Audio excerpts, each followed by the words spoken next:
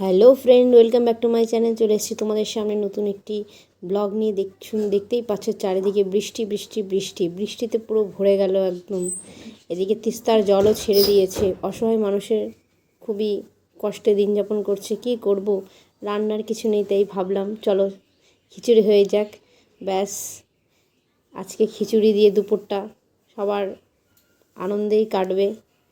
দেখতে থাকো তোমরা ভিডিওটি। শুধু খিচুড়ি নয়, তার সাথে আরও কিছু আছে। ব্যাস, খিচুড়িটা সম্পূর্ণ করলাম একদম ঘি দিয়ে।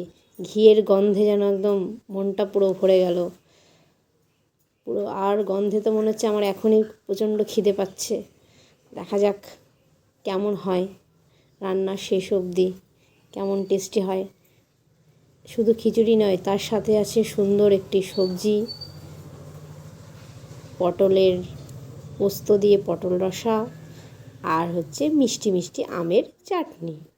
তার সাথে আরও ছিল পকোড়া, কিন্তু পকোড়াটা তোমাদের দেখাতে পারিনি। Thank you.